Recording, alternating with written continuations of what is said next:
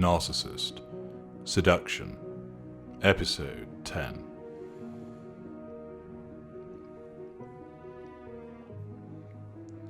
It was the following week, and the month of October had arrived. With it came Ashley's 40th birthday. It fell on a Tuesday. Wynne had been due to travel by train for an all-day meeting with a client. The meeting was some distance away, and he was due to travel with one of his assistants. This would have curtailed Wynne from speaking with Ashley. Although his assistant had no idea who Ashley was, he was not keen to engage in conversation with her in front of somebody else. However, since it was her birthday, he felt he owed it to her to be around and available. This took on added significance since she had confided in him that Peter had not arranged anything to celebrate her birthday. She, by contrast, had arranged a wine-tasting trip to the south of France earlier that year by way of a gift to him for his 40th birthday. Ashley and Wynne had their customary morning telephone discussion, at which he had wished her happy birthday. Afterwards, she had sent him a text, revelling in the entertaining voicemail that he had left for her, saying that her face hurt from laughing so much, revolving around the theme of her turning 40. He had been engaged in telephone conferences with clients throughout the day, which enabled him to reply to her numerous texts, but excluded him speaking to her. He was not able either to meet her for lunch, although she was unavailable too, having already been bucked by a few of her colleagues who were taking her out. It was mid-afternoon, and she was due to be returning from the lunch. Wynne was engaged on his landline, discussing an investment with a client, his hand moving his mouse as he switched between spreadsheets and emails, dispensing his advice. He had placed his mobile phone on silent, but the gold light flared, announcing her digital arrival. "You git. I love it. Kiss, kiss, kiss." Wynne smiled to himself. His gift had arrived at the office. It was a magnum of Dirt's pink champagne, her absolute favourite. Admittedly, there did not appear to be an alcoholic drink she disliked, something he had learned during their many text exchanges, that along with her love of James Bond, More being the best, and Live and Let Die being her favourite Bond film. The fact that she disliked eggs, and those were three items that she had spoken of with considerable conviction. He had left no message for the delivery of the champagne, but he knew that she would know that it was from him. "Everyone is asking me who it is from. I love it. I have to pretend I don't know. Kiss, kiss, kiss." "Glad you like it. I have something else for you. Kiss, kiss, kiss." "What?" "Swing by my office after 5 p.m. and I will give it to you." "I can't. I have to head home. My parents are coming over for dinner." "It will only take 5 minutes." "I can't." "Okay." It was no matter. He would pass it to her on another occasion. He returned his gaze to the computer and spoke further to his client, confirming the instructions. He made a note and then ended the call. His landline rang immediately, indicating an internal call. "Hello, Ian Wynne," he said.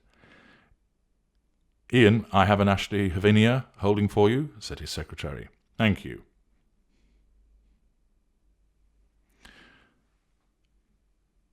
"Good afternoon, Miss Kiemi," said Wynne. "How do you know that name?" asked Ashley. "It's your maiden name." "I know. How did you find that out?" "You arrived at Nova Bank using that name before you became Mrs. Havinia." "I couldn't have done. I was already married when I joined Nova Bank."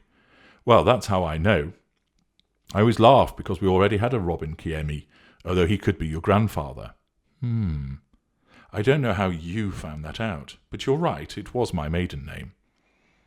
"I told you, you turned up using that name." "Anyway," said Ashley, dismissing the issue, "I could come to your house to collect my present. I'll have to be quick, though, as I need to be back to see people. Honestly, it's fine. You don't have to go out of your way if you have an existing engagement, explained Wynne. No, I want to. I want to see you. I want a birthday kiss, she answered. By all means. What time? 5:30? See you then. Bye. Wynne was waiting for Ashley in his large bedroom at the top of his 3-story property. He had sent her text, telling her to just come in as the door would be unlocked, and for her to find him at the top of the house.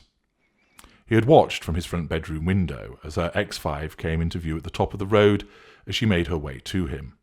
Now she swept into his bedroom and flung her arms around him, and they kissed. As ever, passion surged between them, her tongue probing his mouth as she murmured and groaned in delight. He held the back of her head, fingers entwined in the short bob of curls, as he gripped her around the waist. He wanted to maneuver her to the bed and push her down onto it, in readiness of having her, but he knew time would not allow it. He did not want their first time to be short and frantic. They ceased kissing, and she smiled at him. That has been the best part of my birthday so far. Thank you for the champagne. It's fantastic. Everybody has been talking about it. You're very welcome. Happy birthday, said Wynne. He scooped up a parcel from the bedside cabinet and passed it to her. Her eyes widened in delight as she received the gift. Ashley tore away the paper and placed it on the nearby bed. She gave a slight frown as she looked at the garment, before her face lit up again as she unfolded it, letting it hang by the shoulders.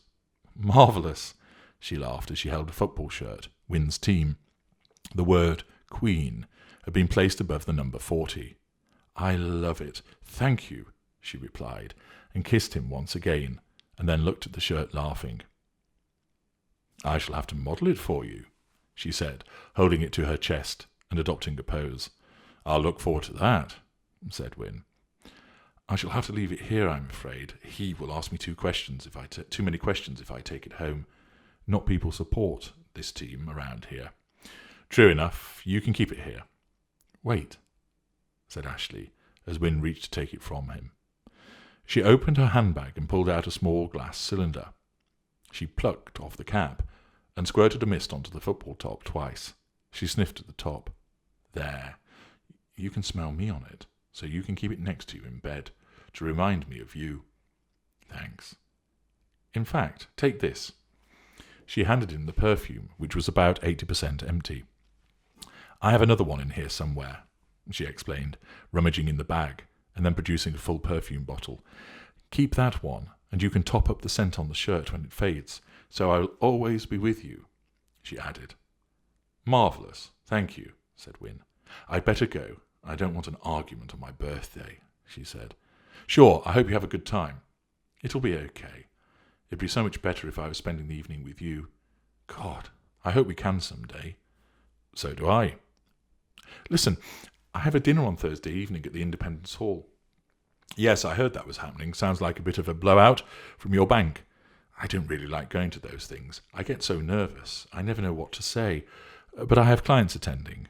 I have to be there. It will be all men on my table, of course. You'll be absolutely fine. You know lots to talk about. Not like you. You can hold a room in the palm of your hand. I love that about you. One of many talents, I guess, laughed Wynne. Anyway, I was thinking I could come and get changed here before I go. You could drop me off at the venue so I don't have to mess about parking. And if you wouldn't mind picking me up afterwards, I'll leave a little earlier, and then we can maybe spend an hour or so here. She smiled, letting her eyes wander to the king-size bed beside them. I like your style, said Wynne, and he grabbed her, kissing her again. Is that okay? She asked. Absolutely. I'm free on Thursday evening, so just come here after work and you can shower and so on. Better than changing at the office. That's what I was thinking. Plus it gives us some time together. I hate being apart from you. I know how you feel, said Wynne. Good. That's arranged then. I'd better go. Sure. Wynne led her down the 2 flights of stairs and to the front door, kissing her once again, before she climbed into her car and drove away. Wynne returned inside, locking the front door, and darted up the stairs to his bedroom. He scooped up the football top and held it to his face. Her scent filled his nostrils, and he inhaled deeply, relishing her smell. He closed his eyes and felt light-headed with desire. God, that smelled so good. It was as if she was still in the room. He lowered the top and placed it out over one of the pillows, the name and the number prominent. He then picked up the perfume cylinder that lay on the bed and placed that next to the lamp on his bedside cabinet. Now he had something of her beside him at night. His mobile began to sound, and extracting it from his suit jacket pocket, he saw on the display that it was Ashley, wanting to engage in their usual conversation as she drove home. He wandered over to the window and looked out across the city, just as the light was fading, as he answered the call and allowed himself to be pulled deeper into her world with another detailed conversation.